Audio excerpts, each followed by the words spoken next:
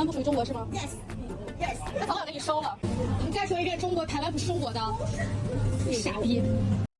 我不能死，不干死美国人，不干死日本人，我干死台湾那帮傻逼，我干死。几个人围在一起，直接在马路上火爆开打。南韩首尔发生恐怖街头斗殴，地点就在这家餐厅外。 피해 남성은 바닥에 쓰러진 채 머리를 감싸고 웅크리고 있지만 폭행은 계속됩니다. 목격자들은 쓰러진 A씨를 향해 발키질을 계속하는 6명이 중국어로 욕을 했다고 전했습니다.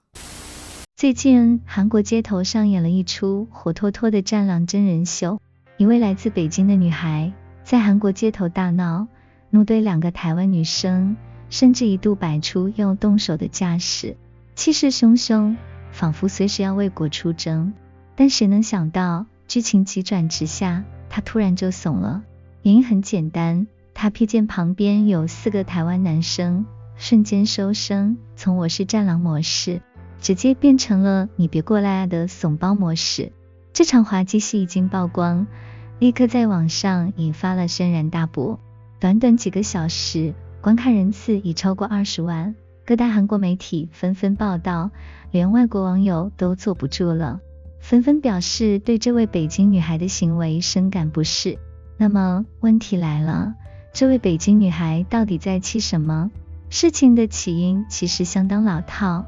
这位北京女孩煞有介事地问台湾女生，你觉得台湾是中国的一部分吗？台湾女生大大方方地回答，不是。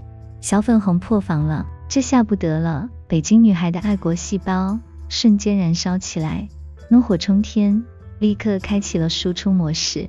只见她劈头盖脸就是一通咆哮，语气激烈，甚至开始爆粗口，最后似乎还想直接上手动粗。但这场口水战还没打多久，他突然发现了一个致命问题，自己对面不只有2个台湾女生，旁边还有4个台湾男生正在围观。于是这场原本打算一战成名的战狼出征，突然变成了战狼落荒而逃。视频曝光后，韩国网友炸了，各大媒体纷纷报道，甚至连不少国外的社交平台都在讨论这起事件。网友们纷纷表示，这是什么爱国方式？跑到别的国家去逼别人认同你的政治观念。不管台湾是不是中国的一部分，但至少台湾人没在韩国街头撒泼打滚。一开始那么强势，怎么看到几个男生就秒怂？这到底是爱国还是欺软怕硬？更讽刺的是，这位北京女孩的表现跟过去某些中国游客在国外的光辉事迹简直一脉相承，毫无悬念。这个问题是说为什么会买慢呀？你说台湾是不是中国的？天天台说台湾。巴士旁2人火气超级大，一名台湾人与中国大妈吵得不可开交。台湾是不是中国的？台湾是台湾呐，不是中国。是吗？台湾我台湾去过讲奈。大妈得知对方来自台湾，开始跳针逼问，态度咄咄逼人。一名台湾杨姓网友抱怨，他18号在日本搭乘东京开往名古屋的巴士，因为下雨又塞车，司机一上车就表示会晚到，结果3、4位中国大妈疑似赶不上电车，竟然围着司机开骂。他好心上前帮忙解释，没有想到竟是灾难开始。你去哪？我就跟着你跑。因为你知道我时间了。发现跟大妈们沟通不了，想离开现场，对方一路追上来，甚至还动手动脚。太可怕！你要碰我，你想碰我手，你碰我外套，你不要碰我外套，不好。让我走啊！我没碰你啊！拿起手机疯狂质问，杨姓网友沿街窜逃，对方还是不放过。我用你的刀背骚扰你，当然是。我真的大开眼界了好吗？你当然杀我啊！你看你说你杀我吧。将他逼到墙角，大妈动手抢手机信用卡。杨姓网友坦言一度有点害怕，索性警车鸣笛过来，大妈们才离开现场。只是看到气愤中国大妈街头刁难日本司机，杨姓网友见义勇为行为获得网络影片赞赏。中国人？台湾人？当然不是中国人了。台湾不是中国人，就是这一句台湾人不是中国人，让这位在日本旅游的中国民众彻底心碎。不顾众人眼光，直接在旅馆柜台向这位台湾出身的旅馆员工大肆开枪。你再说一遍，台湾是不是中国？台湾不是中国。我跟你说，台湾就是中国的，你是台独啊！你们不要谈政治。尽管台裔员工放低音量避谈台独议题，但早已被惹怒的中国游客持续跳针对峙，事后还在订房 App 开骂，曝光对方姓名。我再问你一遍，台湾是不是中国的？尽管微博上也有不少中国网友表示不认同，有人说没必要这样，也有人表示全世界除了中国官方，大家都知道台湾就是台湾。到底是谁在丢谁的脸？旅游的意义不就是欣赏不同的风景，感受不同的文化吗？结果一开口就变成主权宣讲会，人家不买账，自己就上头。这已经不是输不起，是连玩都玩不起了。近年来类似的事情可不少见，战狼文化已经深入了一部分人的思维，他们认为爱国就是要高声呐喊，四处宣扬民族自豪感，甚至不惜在人家国家的大街上跟别人对骂。但问题是，这真的能让别人尊重你吗？ Can you rally in China? Listen, I don't give a fuck about his question. Only one China. Do these people ask for another China? 美国都欺负到咱们身边了，是吧？大家还都在吃，看看都在给美国人造炮弹。你说你们在这儿吃，你们以为打不到你们是吗？现在不是过去是枪打你们了啊，炮弹打过来就是你们的圈子了。对，我也用的是苹果手机，但是我以后不会用，包括我的闺女儿子都不会用。这是苹果。Double kill。是有。 Triple kill。我说我是中国人，我已经晕了好几次。Enemy quadra kill。Enemy penta kill。这样厉害大家出现，你说是吧？大家出现。宝贝儿，你最骄傲的是什么？我是北京市的本来。不对。我是中国人。别走。宝贝儿，他为什么要爱国？没有国就没有家，我是中国人，我爱我的祖国。为你点赞。宝贝儿，你为什么骄傲？你是中国人。我的祖先最早走出森林，我的祖先最早开始耕耘，长城是我扬起的手臂，泰山是我站立的脚跟。宝贝儿，这次疫情让世界认识到了中国的强大，那你认识到什么？认识到了什么是真正的英雄，什么是中国力量。为你点赞。宝贝儿，你的梦想是什么？祝中国大，保卫祖国争光。我的妈！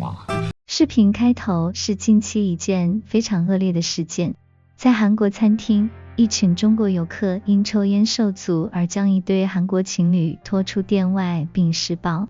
我们先来看一下详细报道。几个人围在一起，直接在马路上火爆开打。南韩首尔发生恐怖街头斗殴，地点就在这家餐厅外。事件起因有6名中国客当时在室内抽烟，这让坐在隔壁的南韩情侣不满，先是向店家反映，却未果。这对情侣于是当面抗议，要求要抽去室外抽。没想到中国客先是用中文辱骂，还怒呛南韩有什么了不起，连烟都不让抽。有人当场先动手勒住情侣中的男方，一把拖拉出去餐厅外殴打。 바닥에 닦고 피가 닦고 이거 병 때문에 이거 피 많이 나와. 무서워. 피해 남성은 바닥에 쓰러진 채 머리를 감싸고 웅크리고 있지만 폭행은 계속됩니다. 목격자들은 쓰러진 A씨를 향해 발키질을 계속하는 6명이 중국어로 욕을 했다고 전했습니다. 目击者直指中国客6打1，除了围殴还砸酒瓶，甚至还出脚猛踹对方身体。而情侣中的女方在拉扯过程中也被拉头发暴打。这个事件发生后，韩国民众对此表示愤怒，并批评应当驱逐这些中国客人。事实上，近年来有不少中国游客的行为已经让世界各地的媒体都头疼不已。最近济州岛很有名的树木园夜市又传出中国游客的新闻，一位中国游客在济州岛上半身赤裸，露出一身的大型刺青，公然在大街上晃悠，震惊了韩国网友。有人拍下照片传到社交媒体，评论区瞬间爆炸。中国游客到底知不知道什么叫公共礼仪？韩国人对这样的无理占据济州岛的美丽又平静的街道感到非常不满。这件事情不只是在说某些中国人的道德问题，之前也有很多类似的情况，像是在7月份，有中国游客在被联合国教科文组织列为世界遗产的韩国成山日出峰抽烟，还随便乱丢烟蒂，当地人忍无可忍，直接报警处理，结果被抓的中国游客还一脸不服，在中国这不是违法的啊。还有更令人震惊的事情发生在今年6月，当时在济州市区，一名中国小孩在热闹的街道大小便，很多韩国人表示，我们在台湾的西门町，韩国的市中心，都不会看到有人这样随处小便，旁边的妈妈到底在干嘛？如果是在人烟稀少的地方，小孩忍不住还可以理解，但这样实在让人感到很不舒服。不光是韩国，我们接着继续带大家来看看，最近有一些中国游客在日本也是被很多人讨厌的。这是一家日本店家的中文标语：干净的使用马桶。中国是发达国家吗？发达国家的人会使用厕所很干净，发达国家的人不偷卫生纸，这句话的信息量大到让人不敢细想。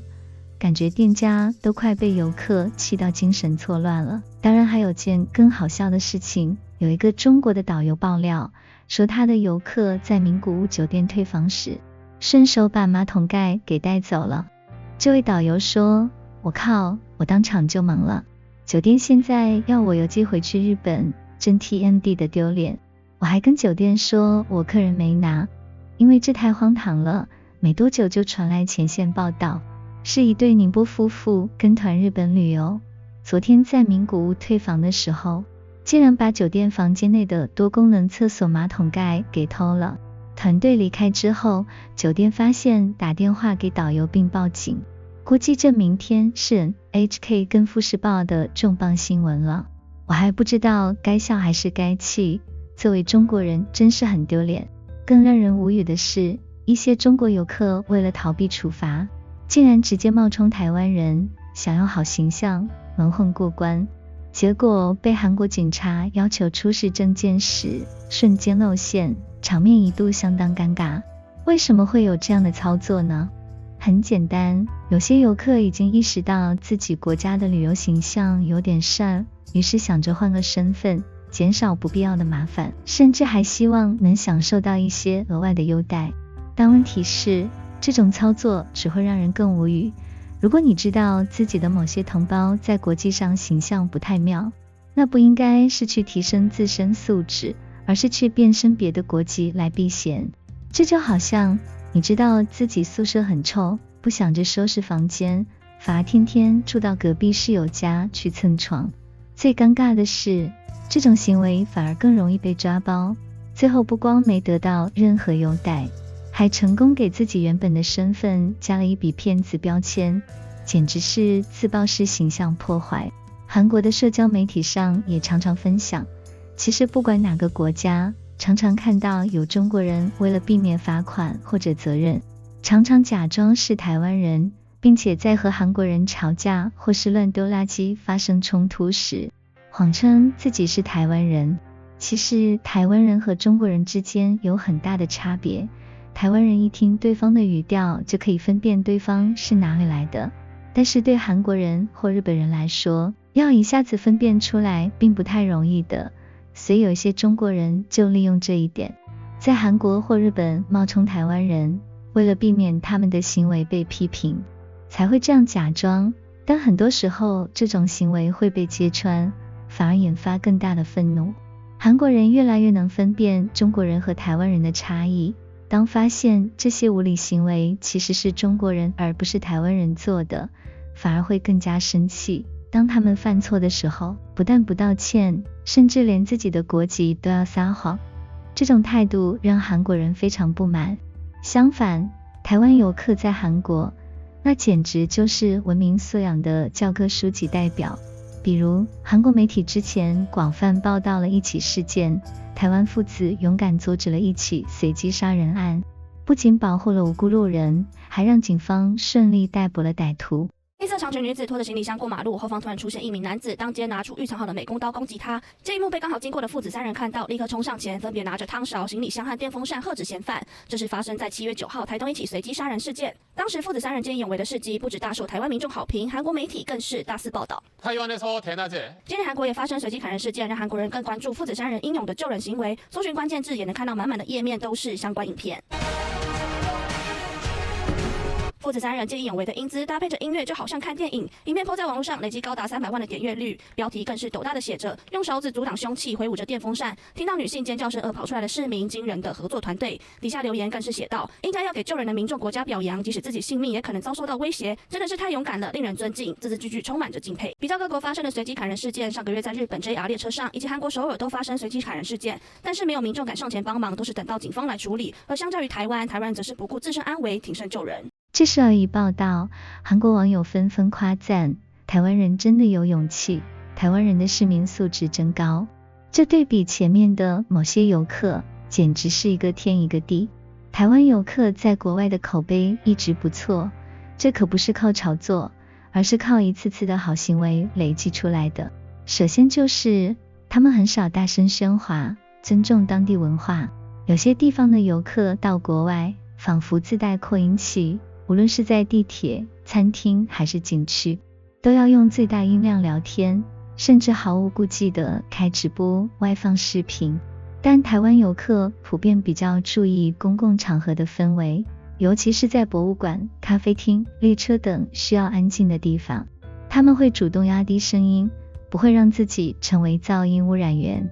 一个细节能看出差距，在日本，很多商场专门贴出请不要大声喧哗的中文标语，结果呢，台湾游客看到会点头微笑，而某些人看到后则会不服气地说，干嘛只针对我们？那么问题来了，你要是没做，别人为什么要针对你？然后就是台湾游客遇事更理性，不会随便和人吵架甚至动手。就拿这次的韩国事件来说，那位北京女孩在韩国街头上演了一场战狼出征，结果发现对面有几个男生后瞬间怂了。这不仅让韩国人看笑话，更让很多外国人对某些游客的刻板印象更加深刻。他们似乎特别喜欢在国外搞对立，惹是生非，而台湾游客就很少发生类似的事情。在面对争议话题时，台湾人通常会采取更理性的沟通方式，而不是一言不合就情绪爆炸、恶语相向，甚至想直接动手。他们深知别人的认同是靠逻辑和态度换来的，不是靠吼的。反观某些战狼式游客，出国后带着一套非黑即白的思维，不是战就是跪，结果就是一次次在国际上丢脸。还有就是很多台湾人在面对事情时愿意帮忙，而不是袖手旁观甚至添乱。很多人可能不知道，台湾人不仅这次出手救人，过去在其他国家也做过很多的好事。2011年日本大地震，台湾不仅捐款最多，很多台湾游客甚至主动留在灾区帮忙救灾，这让日本人至今感激不已。2019年澳洲森林大火，一群在当地的台湾游客自发组织起来，为灾民提供物资，而有些游客则在忙着旅游打卡。2023年泰国街头，一位老人突然晕倒，路人纷纷避开，一群台湾年轻人却上前急救，直到救护车赶来。对比之下，某些游客在海外的名场面是什么呢？这不禁让人思考，到底是基因问题还是教育问题？今天我们聊了这几个案例，其实核心问题就一个，为什么有些游客在国外表现的像是人类文明的精华，而有些人一出国就仿佛开启了野兽模式？真正的国际形象不是靠嘴巴吹出来的，而是靠行为塑造出来的。你觉得自己很聪明，在景区插队，在商店砍价，在地铁高歌，在酒店搞破坏，但最后的结果是世界对你的印象就是这个国家的游客不行。而那些真正让人尊重的游客，从来不是靠砸钱或者耍聪明，而是靠尊重、礼貌、善意、理性，哪怕只是一个微笑，一句谢谢，都会让你在别人心中留下好的印象。最后一句话送给所有爱旅行的人，出门在外，你不仅代表自己，也代表你的国家。你愿意被别人记住的是你的素养，还是你的骚操作？好了，今天影片就到此结束了，喜欢就记得订阅哦。如果有任何意见或者是想法的话，也欢迎在下方评论区留言，我们下期再见吧。